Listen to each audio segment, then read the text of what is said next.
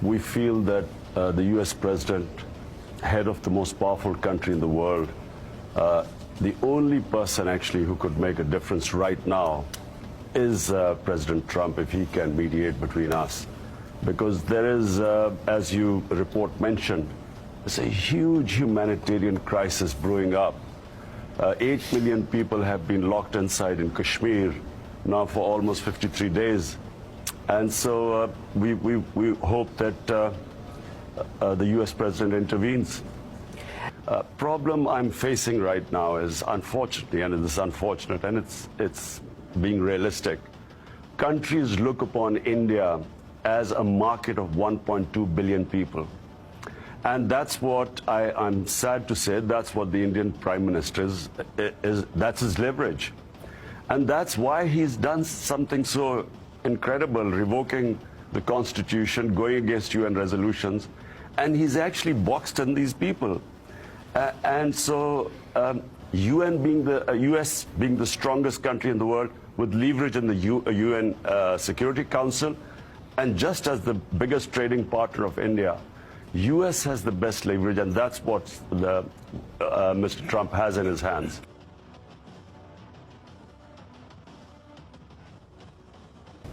No sane mind can think of nuclear war or nuclear weapons. What needs to be done is that this thing should be immediately nipped in the bud. Where it is heading right now, my fear is that there are 900,000 troops in the valley, and they've locked in 8 million people. Now the fear is that once they lift the curfew, there's going to be bloodshed. And that's why we want the president to intervene before things go a step further. And that's really my concern right now, and I mainly came to the UN to raise this with the world leaders.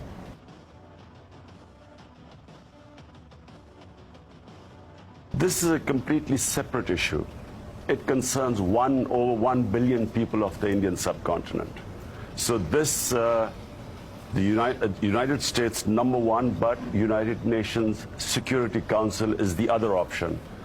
Or the US could operate through the UN Security Council, because there are 11 resolutions by the Security Council on Kashmir. So that's one area. But quite separately, the other two neighbors of Pakistan, one is Afghanistan, the other is Iran. We are trying our best. We are speaking to Iran. I spoke to President Trump, and he thought I should try and mediate between the US and Iran, a nuclear deal. And the other is Afghanistan, which again is in the interest of Pakistan, that there's peace there. I mean, there's 4 decades of conflict. People of Afghanistan are suffering. There's no quid pro quo. I mean, it's in our interest that there's peace there. We were sad that just when the deal was about to be signed, it was broken up, because dialogue and fighting are going on simultaneously, and this was always going to happen. But there is no military solution in Afghanistan. It is in our interest that there's peace in both Afghanistan and Iran. The problem with Iran is that if there's a conflict, our country's developing world is going to take a real beating, because the oil prices will shoot up. And in most of our developing world, we have these trying to manage our balancing our budgets, and this will just throw us off. So it's in the interest of actually the world that this Iran conflict does not take place. I don't believe that these because you see, it has unintended consequences. You know, every war which I know, Afghanistan, Pakistan joining the US war in Afghanistan, each time we were told this is a matter of weeks. And, you know, in Pakistan, we lost 70,000 people died in this war on terror when we participated. And Musharraf told us, our general, that it's only a matter of weeks. So war with Iran is very complex. Once it starts, you know, no one knows where it's going to go. And so therefore, always conflicts should be avoided. Always.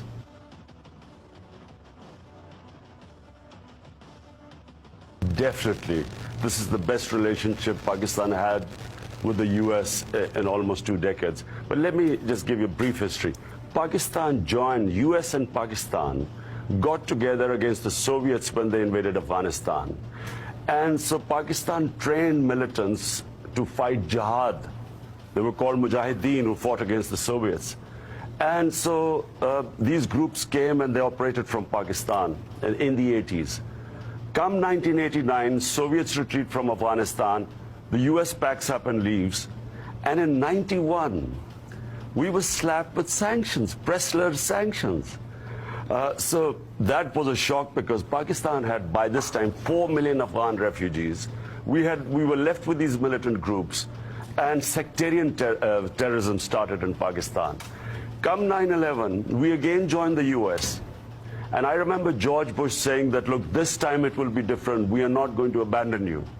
This time again, we joined and I opposed it. And I'll tell you why I opposed Pakistan joining the US. Because we had trained these Mujahideen, these groups, to do jihad against foreign occupation in Afghanistan.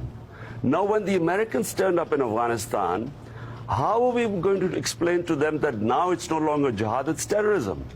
And so when Pakistan joined the US, the same groups turned against Pakistan. And the fundamental mistake Pakistan's leadership made at the time is that they tried to tell the US, don't worry, we'll be able to deal with it. They couldn't deal with it. I mean, there were suicide bombings going on in Pakistan. Our GHQ was attacked, the army, our commandos, our ISI. At one point, we actually thought we were going down. So US kept putting pressure on Pakistan to help them more. Pakistan could not deliver more. There were 150,000 NATO troops. And if they couldn't win in Afghanistan, how was Pakistan going to help them? And so we were then accused of playing a double game because we couldn't deliver. There were 50 different groups operating in Pakistan, militant groups. And so we were then accused of playing a double game because we couldn't deliver. There were 50 different groups operating in Pakistan, militant groups. And so this mistrust began. Now our relationship is based on truth and trust. We are partners in peace now. And so there's trust, and that's how the relationship should have been. If I was the Prime Minister, I would have said, look, Mr. Bush, we cannot deliver. We have these groups trained, and how are we going to, the moment we join them, we lose leverage on them, and they'll turn against us. So I think that's the mistake where our leadership made.